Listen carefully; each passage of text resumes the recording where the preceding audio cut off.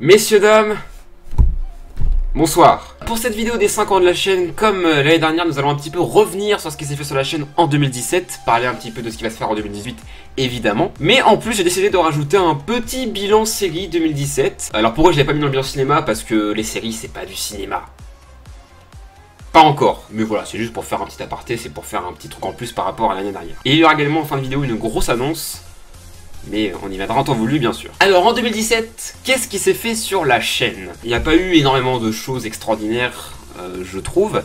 Ce qui est par contre très cool, c'est que j'ai enfin terminé le walkthrough sur une fin de loup. J'ai déjà sorti le best-of il y a 3 semaines maintenant. Il y a également eu un nouveau concept, les night vlogs. Bon, il y en a eu 2 pour l'instant, un sur The Wall et un sur Blade Runner 2049, mais je pense en faire d'autres en 2018. Également les analyses de texte, évidemment. Donc je suis très content parce que j'avais dit que j'en ferais une tous les 2 mois et j'ai un peu prétenu les délais. Il y en a certains qui sont sortis sur la 3e semaine du mois en question. Mais bon, globalement, voilà, il y a eu 6 analyses. Une tous les 2 mois, donc j'ai à peu près bien suivi le truc. Donc en janvier, il y a eu l'analyse sur Chiquita, qui a très bien marché, 1600 vues. Bon, un petit peu de pouce rouge, mais bon, globalement ça va. J'ai connu pire. J'étais plutôt content de l'analyse, c'était une analyse très classique, où j'étais vraiment venu aux bases du concept, sans intro ou sans outro, vraiment un truc assez basique. Je trouve l'analyse plutôt sympa, voilà, c'est pas la meilleure que j'ai faite, mais elle était plutôt sympa. L'analyse, pardon, sur Chouin de Caris, qui elle par contre a pas beaucoup marché, 160 vues. De mémoire, mais c'est un peu normal parce que aussi malheureusement elle a été bloquée au bout de 3 jours sur les appareils mobiles pour des droits d'auteur de merde encore une fois. Enfin bref, du coup elle était disponible pardon que sur les ordinateurs et mon public regarde très peu les vidéos sur ordinateur, donc forcément ça m'a, je pense, bloqué pas mal de vues. Après l'analyse en elle-même, je suis plutôt content de l'intro qui, bon vous l'aurez compris, je pense c'était une référence à La La Land. La fin, bon la fin, je suis moins sûr sur la fin.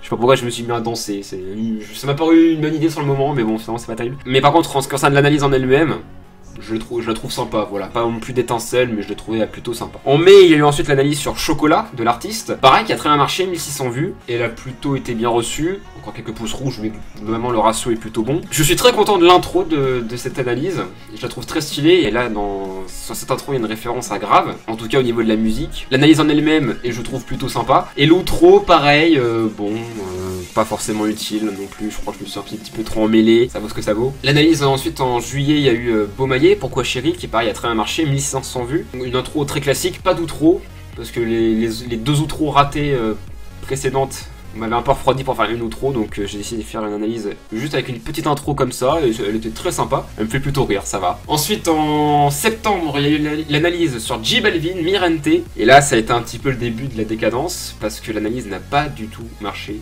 50 vues, je crois à l'heure actuelle. C'est un flop monumental, c'est l'analyse qui a fait le moins de vues de l'histoire de la chaîne. Ça m'a fait mal, j'avoue que ça m'a un peu fait mal, d'autant qu'en plus je pensais que vraiment J Balvin ça allait un petit peu marcher, parce qu'en septembre la chanson était passée en boucle partout, donc je me suis dit que ça allait, il y aura peut-être eu un truc, mais même pas. Après l'analyse en elle-même, je le trouve sympa, pareil, donc j'ai fait une petite intro, il y a une outro? Non, il n'y a pas d'outro sur cette analyse, mais une petite intro sympa, avec, donc il y avait plein de références à La Cité de la Peur, parce que son réalisateur, Alain Barbarian, nous avait quitté à ce moment-là, donc c'était juste pour rendre un petit hommage, parce que j'adore ce film, donc voilà de ce côté-là. Et enfin, donc il y a eu l'analyse, dernière analyse, celle de novembre, sur Niska, Réseau, qui a un peu mieux marché, elle est à un peu moins de 100 vues à l'heure actuelle, c'est pas un succès non plus énorme. D'autant que là, je pensais vraiment que ça allait marcher et que j'allais me ramasser masse pouce rouge, mais au final, non. Pour l'instant, ça va, le ratio est encore très bon. C'est une très grosse analyse, la plus longue de la chaîne. Une grosse intro avec cette reprise de basique. Je suis content des paroles et du clip. Après, bon, on repasse sur la qualité de ma voix. Et sur l'outro, donc qui était une référence. On peut faire une référence sur le flop de l'analyse sur J Balvin en disant que ça m'avait. Ça m'a traumatisé quoi, vous avez bien vu, et même si c'est un petit peu exagéré, pas tant que ça. Mais j'y reviendrai sur la grosse annonce de fin de vidéo. Puis voilà, donc on se concentre sur cette analyse, et donc, si on peut déjà parler un petit peu de 2018, il y aura bien évidemment encore des analyses de texte en 2018, et je pense garder ce rythme d'une analyse tous les 2 mois. Bon, même si j'ai pas du tout commencé à écrire la prochaine analyse, c'est qui normalement sort en janvier 2018, j'ai pas du tout commencé, je sais même pas quelle chanson je vais pouvoir aborder, il faudra peut-être que je m'y mette, ça serait bien. Mais vous inquiétez pas, je vais m'y mettre au plus vite. Pour essayer de la sortir au milieu du mois, ça serait sympa. Et je pense que ça sera une analyse assez classique, pour revenir un petit peu à un truc plutôt posé. très simple. Ce serait bien que je termine le walkthrough sur Mirror's Edge. Il me reste 3 épisodes à faire, ça serait bien que je termine ça quand même. Faut vraiment que je me démerde, faut vraiment que je trouve un moment pour m'y mettre. Bon, j'avais parlé de 2 analyses hors sujet. Je les jarte, tant pis je les ferai pas parce que j'ai plus envie de les faire. Parce que c'était un peu sur le moment où j'avais l'idée, etc. Mais là maintenant, ça fait beaucoup trop longtemps que j'ai eu les idées. Et non, je suis plutôt inspiré pour ces hors-sujet, enfin hors-série plutôt, pardon. Donc on laisse tomber ça. Puis d'autres analyses vlogs, ça serait sympa. Aussi des camps, 3 petits points. J'avais pas dit que la vidéo qui avait le mieux marché en cette année 2017, mais hors analyse, c'était la vidéo sur Grave. 5 raisons d'aller voir Grave. 150 vues. Énorme. Je suis hyper content que cette vidéo ait bien marché. Enfin, bien marché. Par rapport aux autres en tout cas. Je suis très content. Mon chat qui gratte à la porte, c'est génial. Casse-toi! Je suis pas très gentil. Également, pourquoi pas si je retourne à l'Electro Beach Music Festival en juillet 2018, je pense que je ferai d'autres vlogs comme j'ai fait cette année là. J'ai fait trois petits vlogs Electro Beach Music Festival. C'était voilà, parce que bon, c'était quand même un périple, parce que c'est la première fois que je voyais David Guetta notamment, mais aussi plein d'autres artistes que j'aime bien, et c'était un très cool périple. Et donc si jamais on retourne en juillet de l'année prochaine là, en 2018, ça serait très sympa que je vous refasse d'autres vlogs. Enfin moi en tout cas, ça me ferait bien kiffer. Voilà pour 2018. Je pense pas qu'il y aura beaucoup de nouveautés. J'essaierai peut-être de faire un peu plus de vidéos, parce que je pense pas que j'en ai fait beaucoup en 2017. Par rapport à 2016 en tout cas, il faudra peut-être que je compare, mais je pense qu'on a un peu pris kiff-kiff, on doit être sur 25 vidéos. Je vais afficher là encore une fois le nombre de vidéos en 2016 et en 2017. On doit pas être sur les scores énormes. Donc j'essaierai de faire un peu plus de vidéos en 2018. En tout cas, ce qui est quasiment sûr, c'est que la prochaine vidéo de la chaîne sera la nouvelle analyse de texte. Voilà donc pour ce bilan de la chaîne. On passe maintenant aux séries, au bilan série 2017. Alors là par contre je vais pas parler de séries uniquement sorties en 2017. En fait je vais parler des séries que j'ai vues en 2017, quelle que soit leur année de sortie en tout cas plutôt. Toutes les séries que j'ai vues en 2017 tout simplement. Alors en début d'année j'ai vu Heroes Reborn Dark Matters, qui est une petite série, une toute petite série, une mini-série vraiment de 6 épisodes de même pas 10 minutes. Donc ça fait, le truc fait à peine 40 minutes, qui est une mini-série qui fait la transition entre Heroes et Heroes Reborn. Heroes étant ma série préférée, un truc qui fait partie de ma série préférée, il faut absolument que je regarde ça.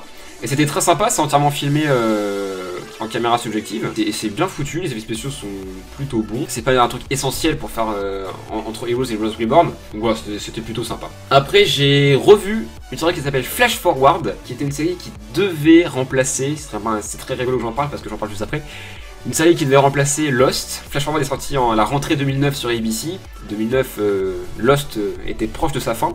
Je crois que c'était la dernière saison qui était diffusée à ce moment-là. Et vu que Lost plaisait énormément à l'époque, il fallait que la série il soit remplacée entre guillemets. Donc Flash Forward était pressenti pour être la série qui devait remplacer Lost. Malheureusement ce ne fut pas le cas parce que la série n'aura duré qu'une saison, faute de bonnes audiences. C'est une série que j'aime énormément. Le speech de la série, c'est... Donc ça se passe un 6 octobre, et toute la population mondiale subit un blackout. Tout le monde va s'évanouir pendant 137 secondes, et pendant ces 137 secondes, chaque personne de l'humanité va avoir un flash de 6 mois dans le futur, et donc toute la saison, c'est à partir du blackout jusqu'à cette vision 6 mois plus tard. Et on va suivre notamment une équipe du FBI qui va être chargée d'enquêter sur cet événement, savoir qu'est-ce qui l'a provoqué, si c'est pas quelque chose, si c'est quelqu'un.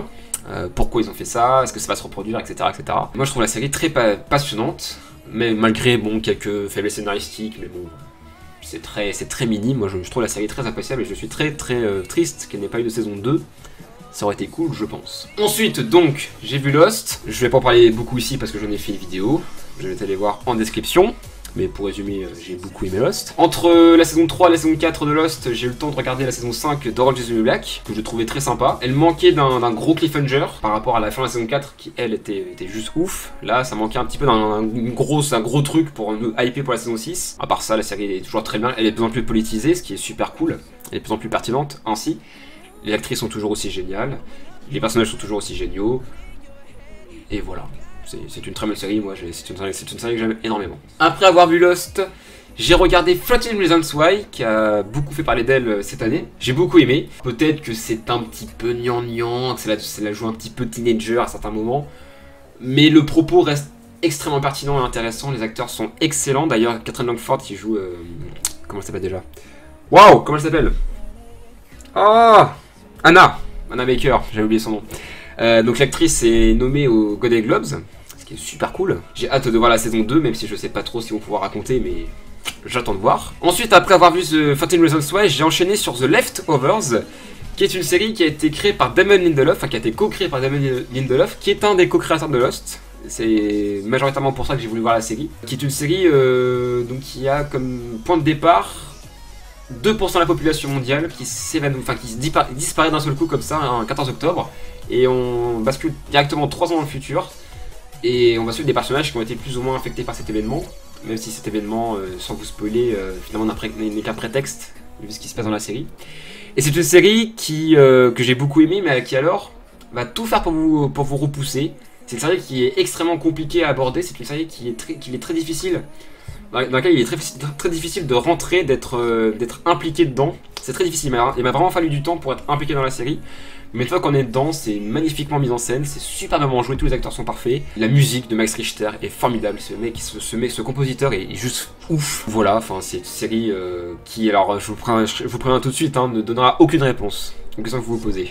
Voilà, soyez prévenus, parce que Damon Lindelof a bien compris la leçon avec la fin de Lost. Donc là, il n'a donné aucune réponse, ce qui est frustrant, mais bon, on peut le comprendre. Sur la fin de l'année, j'ai voulu faire un petit trip nostalgique. J'ai pas encore fini la série, j'ai pas encore fini de la revoir Teen Titans, que je regardais quand j'étais bien plus jeune, à l'époque sur Cartoon Network. Et en fait, j'ai voulu revoir la série parce que, en zappant, je suis tombé sur Cartoon Network qui diffusait un truc qui s'appelle Teen Titans Go, qui est une espèce de reboot. Et mon dieu, j'ai pleuré du sang, parce que c'est moche, c'est pas drôle, c'est embarrassant, et enfin bref, plein de choses dégueulasses. Putain, mais pourquoi je m'affiche ça? Mais alors que vas-y, je vais me remater la série originale. Et puis paf, je me suis lancé dedans, et j'ai revu jusqu'ici les 2 premières saisons, et c'est beaucoup trop cool, quoi. C'est drôle, c'est bien fait, il y a des enjeux sur certains épisodes, notamment les fins de saison. Il y a vraiment des enjeux de ouf qui sont installés dedans, et c'est pas sombre non plus, mais il y a quelques côtés un peu... ouais, pas très rigolo, quoi. Il y a une certaine profondeur dans la série, et les personnages sont tous intéressants, et les relations entre eux sont plutôt bien amenées, même si parfois c'est un petit peu... c'est pas très cohérent au fil des épisodes. C'est un très nostalgique que je me suis fait, et j'ai trouvé ça très très cool. En 2018, je regarderai avec grande certitude Stranger Things. Il y aura aussi This Is Us qui m'intéresse beaucoup. Il y aura la saison 6 d'Orange is the New Black. Et qu'est-ce qu'il y a d'autre comme série? Je sais plus. Certainement d'autres séries, là je les ai pas dans la tête, là. Je suis désolé. Mais bon voilà, il y a plein de séries qu'il faut que je m'attende en 2018, et je m'y attellerai bien évidemment. Il est temps de finir cette vidéo par la grosse annonce que je tease depuis quelques semaines. 2018, je sais pas, tourner autour du pot, 2018 sera, sauf si certaines choses se passent, 2018 sera la dernière année de la chaîne YouTube. Voilà. Parce que quand je vous disais que le flop de l'analyse sur J Balvin m'avait affecté un petit peu quand même. Ça m'a vraiment foutu les boules parce que je me suis dit, alors si même le truc pour lequel les gens sont abonnés n'intéresse plus les abonnés, vraiment ça m'a vraiment foutu le bourdon ce flop. Et puis même globalement, je fais de moins en moins de vues, j'ai l'impression. Vraiment. C'est là que maintenant je tourne plus autour des 25-30 vues que des 50 vues, alors que j'avais beaucoup moins d'abonnés à l'époque. Donc je sais pas si c'est parce que les gens n'en ont plus rien à foutre de ce que je fais, si c'est parce que les algorithmes de YouTube ont changé, j'en sais rien. C'est possible aussi. Mais j'avoue que ça me motive de moins en moins, puis j'ai de moins en moins d'inspiration, je sais pas trop quoi faire comme vidéo. En tout cas tout seul je m'amuse plus tellement finalement. Et ça me rend triste de vous raconter ça, je peux vous l'assurer. Donc voilà. 2018, si jamais il y a pas de, si jamais j'ai pas de révélation, si jamais ça évolue pas au niveau des vues ou au niveau des abonnés, j'avoue que j'ai plus assez de motivation pour continuer. Donc voilà, ça sera la dernière année de la chaîne YouTube. Vous inquiétez pas, il y aura quand même plein de vidéos en 2018 qui sont cool, j'ai déjà des idées pour bien conclure tout ça. Mais j'avoue que ouais, ça m'éclate plus trop de faire des vidéos. Très franchement. Et heureusement qu'il y a le bilan CMA 2018, qui me motive énormément pour aller jusqu'à la fin de l'année, que sinon je sais même pas si j'aurais eu la motivation d'aller jusqu'au bout. Donc voilà, la vidéo des 6 ans de la chaîne, qui sortira donc le 31 décembre 2018, sera la dernière vidéo de la chaîne, s'il n'y a pas d'évolution. Après, je demande pas non plus 20 000 abonnés, je m'en fous, juste un peu plus d'abonnés, c'est tout. C'était une grosse annonce, ça fait du mal de le dire, ça me rend un peu triste, mais bon, après tout, toute chose a une fin. Donc voilà, bah écoutez, j'espère que cette vidéo vous aura plu. On s'est bien, voilà, ça fait du bien de se poser de temps en temps comme ça, en mode détente, ça fait plaisir. Bien évidemment, je vous souhaite à tous un très bon réveillon si vous regardez la vidéo le jour de sa sortie. Et bien évidemment, je vous souhaite une très bonne année 2018, que tout vous réussisse, la santé, le bonheur, etc. etc. Et puis, bah, je vous dis à très bientôt pour de nouvelles vidéos. Prenez soin de vous, je vous aime très très fort. À la prochaine. Salut!